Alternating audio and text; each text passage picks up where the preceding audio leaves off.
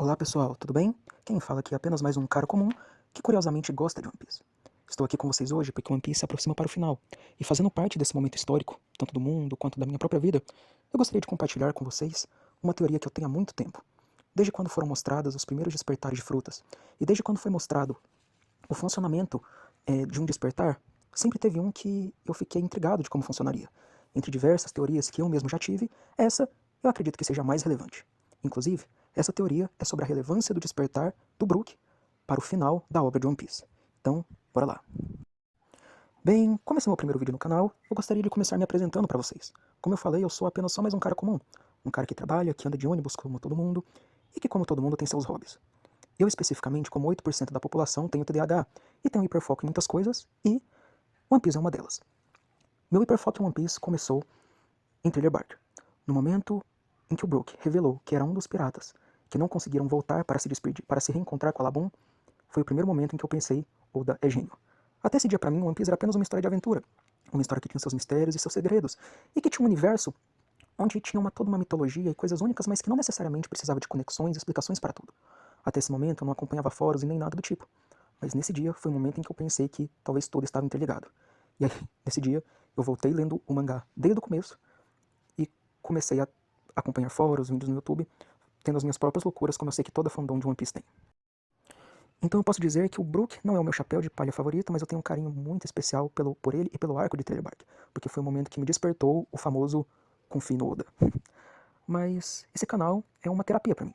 É basicamente onde eu tento compartilhar com vocês ou conversar com pessoas que gostam do mesmo do que eu, sobre One Piece, sobre videogames, filmes, séries, quadrinhos e outras coisas do tipo. Eu sou formado em design gráfico, mas durante a minha faculdade eu foquei muito na metodologia do design, além de, no final, eu focar bastante em game design, que para mim game design é uma ciência incrível, muito pouco explorada, tanto no Brasil, quanto pouco comentada, de fato, como uma ciência por artigos científicos em todo o mundo. Mas tudo bem, vamos partir agora para o Brook. Para começar essa teoria, eu gostaria de, primeiramente, conversar com vocês sobre a maneira que o despertar de paramécias funciona. Eu entendo que muitas pessoas, por causa das recentes revelações sobre, por exemplo, a fruta do Luffy, o despertar do Law e do Kid, acabaram confundindo, né, um conceito que já tínhamos sobre paramécia. E eu gostaria de deixar aqui o meu entendimento e a minha interpretação. Como o do Flamengo falou, o despertar é quando você leva os atributos da sua fruta aos arredores, da forma que ele transformava o ambiente em fios, da forma que o Katakuri também transformava o ambiente em molde. Lau e Kid também conseguiam fazer o efeito das suas frutas ao redor. Como assim? Bem, a fruta do Lau, ele consegue criar uma sala de cirurgia, onde o Lau, como cirurgião estando dentro dela, consegue fazer diversas coisas. A fruta do Lau permite que ele crie salas de cirurgia remotamente, em outras coisas ou ao redor de outras pessoas, e que controle essa sala remotamente. Ou seja, aquele atributo que ele devia estar inserido no Lau, agora o Lau consegue inserir em outras pessoas ou coisas. A mesma coisa do Kid. A fruta do Kid permite com que ele se magnetize, permite com que ele atraia metal para si ou repele metal de si. E o despertar permite com que ele faça isso com outras coisas ou pessoas, então ele consegue transformar a Big Mom em um imã. Eu sei que como bônus o Kid consegue fazer um laser supremo magnético e o Lau deixar a espada dele gigante, mas essas são pequenas coisas em que nós desconsideramos, né? São aquelas famosas licenças poéticas que sempre temos na obra, não é? Em vários momentos nós vemos frutas quebrando padrões, como por exemplo a fruta do Jack, fazendo com que ele seja uma espécie de centauro de elefante, e não ele sendo o elefante em si, beleza? Então vamos considerar os despertares das paramécias dessa forma. Então, para continuarmos e sabermos como funciona o despertar do Brook, precisamos entender como a fruta do Brook funciona realmente. Bem, a fruta da ressurreição, que é a fruta do Brook, permite com que ele reviva uma nova vez em uma nova vida, apenas uma única vez. Então o Brook, revivendo, ele consegue ter uma vida normal como a que ele tinha antes. Só que existe um porém, a alma do Brook precisa encontrar o corpo dele. E quando a alma do Brook encontra o corpo dele um ano depois, ele é apenas ossos. Por causa disso, o Brook ele virou um esqueleto ambulante. Porém ele consegue comer, beber, como ele próprio diz, ele consegue até mesmo fazer cocô.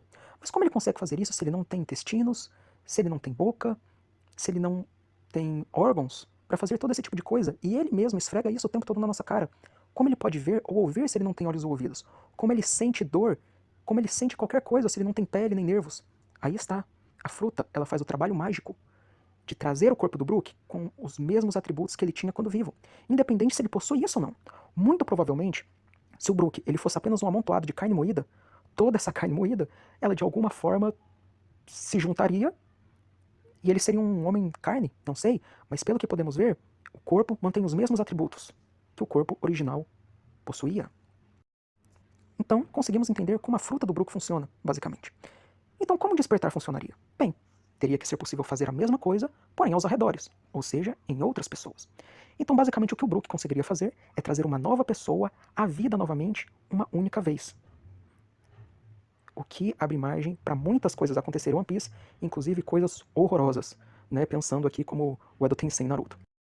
Porém, isso abre margem para acontecimentos incríveis e maravilhosos dentro da obra, e eu gostaria de falar sobre isso com vocês agora. O Brook, desde quando ele foi apresentado, ele nunca foi um personagem realmente muito relevante em lutas. Dentro do próprio arco de Thriller Barker, ele não consegue vencer o seu adversário principal, que é quem estava com a sua sombra. Ele consegue dizer para os chapéus de palha como deter os zumbis do Moria, mas durante toda a obra, ele não tem relevâncias em lutas, realmente. Se você pega todos os arcos posteriores a Thriller Bark, o Brook, ele nunca teve uma luta realmente, que ele era o foco, em que ele era realmente fundamental naquela batalha. Você tem momentos em que ele consegue ser essencial para o bando, quando ele resgata o Poneglyph e em vários outros momentos. Até mesmo quando ele imita, pedindo para ver a calcinha da Big Mom, o que para mim é uma das melhores cenas do Brook. Ou seja, o Brook nunca foi um personagem focado em batalhas, por mais que ele tenha um estilo de batalha. Creio eu que para isso acontecer, levando em conta que tanto o Frank quanto a Robin, mesmo com tanto tempo apagados, tiveram lutas em um ano e o Brook não, é porque o Oda guarda alguma coisa especial para o Brook. Como eu falei, o Brook foi o primeiro personagem que me fez despertar o Oda gênio, e eu creio que para muitos também. Então o Oda não ia simplesmente descartar algo tão fundamental do personagem. E por isso eu vou começar a traçar com vocês aqui a minha teoria sobre a importância do despertar do Brook. Basicamente, o Brook é apresentado para nós em um arco onde existe Moria, um Shichibukai, um corsário, né, um pirata, em que para esse pirata, a tripulação pirata mais forte é aquela tripulação onde o bando é composto por membros fortes. O que é muito interessante, que ele ensina isso ao Luffy. É importante que o seu bando seja forte.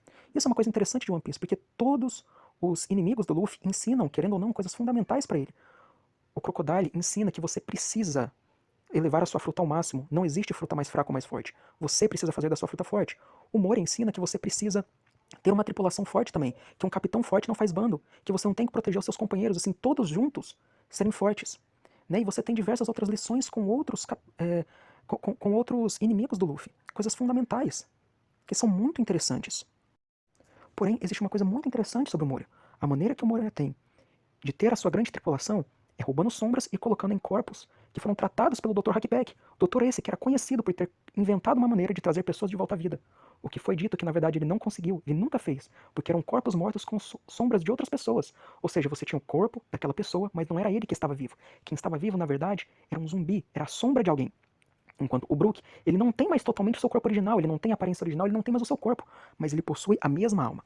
E o Brook, ele é uma contradição direta a tudo que é apresentado pelo Moria. Enquanto os corpos, né, do Moria, os corpos dos zumbis, eles têm a força original, eles possuem a aparência original, eles são corpos que foram ali guardados e bem tratados pelo Dr. Rockback. O Brook, ele está em um esqueleto frágil que é até mesmo mais leve do que a água. Mas em contrapartida, os corpos não têm mais personalidade. Enquanto tudo que o Brook tem é a personalidade que ele tinha.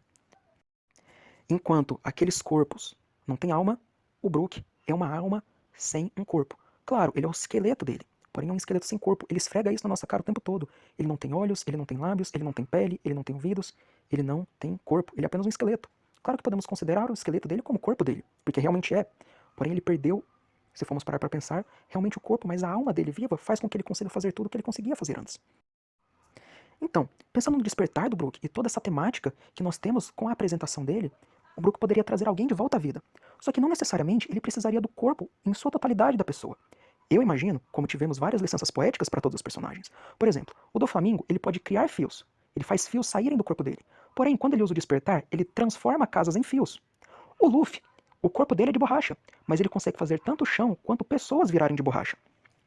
O Lau, por exemplo, ele consegue fazer um Maroon remotamente. Só que ele consegue fazer um Maroon na espada e fazer a espada crescer.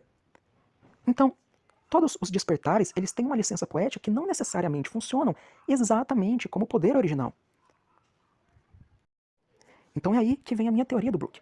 O Brook, quando ele despertar o seu poder, ao tocar uma música, quando ele estiver tocando uma música, ele consegue trazer uma pessoa de volta à vida uma única vez. Desde que eles tenham algum objeto ou qualquer coisa, uma gravação, até mesmo uma parte do corpo que tenha pertencido àquela pessoa. E ao trazer aquela pessoa de volta, aquela pessoa tem uma vida própria aqui enquanto o Brook estiver tocando essa música. Eu imagino isso pela seguinte razão. O Brook, ele consegue manifestar e tocar a alma de outras pessoas enquanto ele próprio está tocando. Vimos isso na Ilha dos Homens Peixes, quando ele conseguia fazer as pessoas dormir. Vimos isso em Holy Cake, quando ele conseguia fazer com que os homies da Big Mom simplesmente desaparecessem. Levando tudo isso em consideração, podemos dizer que a maneira que o Brook teria de interagir com as outras almas seria por meio da música.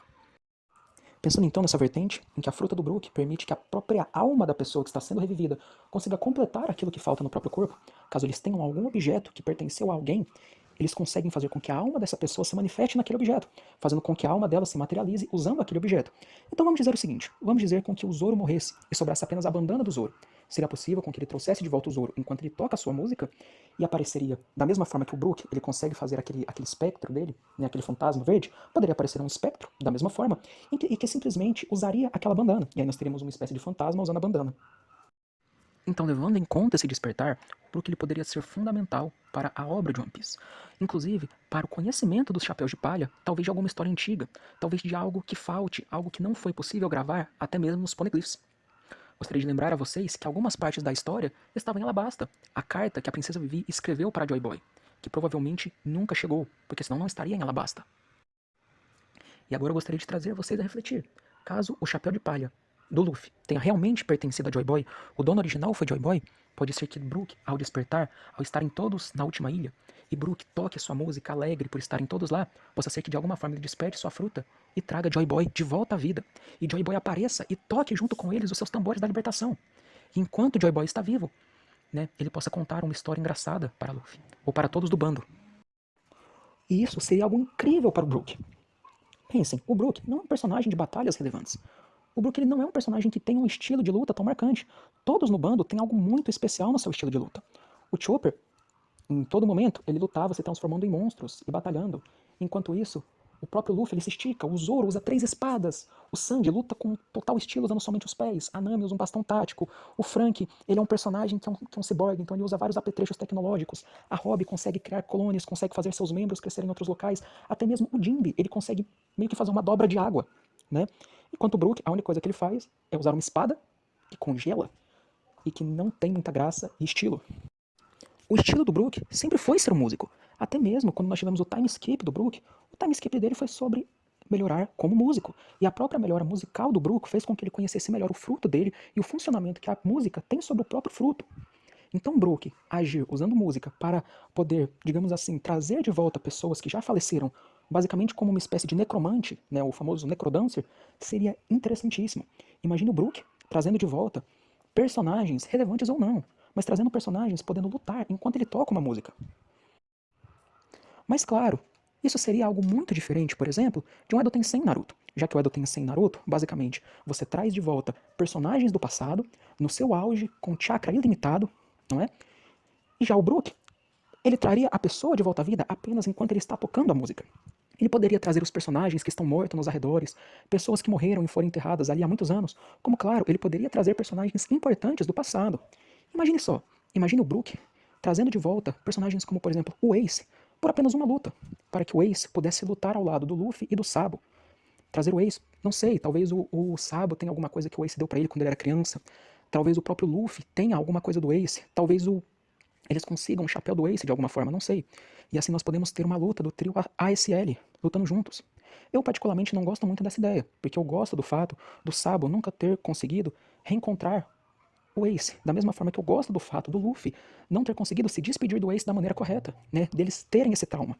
Isso é uma coisa muito boa para os personagens que eu não quero que seja tirado. Então eu não gosto dessa ideia, mas fica aí para vocês pensarem nas possibilidades, né? Todo mundo, quando criaram os Serafins, fizeram as teorias de trazer o Shebeck, fizeram teorias de fazer clone do Barba Branca, clone do Roger. Agora imagine o Brook podendo trazer essas figuras diretamente, claro que por um tempo limitado, e sem o potencial máximo, porque todas essas pessoas que seriam revividas sem o poder da sua fruta. O máximo que elas poderiam fazer, talvez, é usar de alguma forma o seu Haki, já que o Haki é uma manifestação da vontade, é uma coisa mais espiritual. Então essa fruta daria para o Brook o poder de se tornar um verdadeiro necromante, de trazer pessoas do passado para lutar no lugar dele, já que ele por si só não é um bom lutador. Eu diria que de todos do bando, sem a menor sombra de dúvidas, o Brook ele é o mais fraco. ele é mais fraco até mesmo que o Chopper ou o Soap. O Soap, ele só não brilha tanto por ser medroso, e o Chopper só não tem brilhado tanto justamente por ele ser ter virado uma espécie de mascote do bando pós-time skip. Mas eu gostaria de lembrar que quando tivemos, por exemplo, uma batalha do Soap ao lado do Chopper, quem estava na linha de frente lutando era o Chopper. Eu gostaria de lembrar que o Chopper, ele tem um Monster Point, que ele simplesmente quase destruiu todo o castelo quando eles estavam em Enies Lobby. O Chopper, ele é muito poderoso, porém, ao mesmo tempo, ele é muito nerfado no pós-time skip. E o Brook, eu coloco com a total certeza que de todos do bando ele é o mais fraco. Porém, com uma habilidade dessa, ele se tornaria facilmente uma das maiores armas do bando do Chapéu de Palha. E não tem como falar que esse poder não tem nada a ver com o Brook. Desde quando o Brook apareceu, ele é um morto-vivo. O Brook apareceu em um arco de mortos-vivos, né, cercado de zumbis. O Brook, ele é um músico.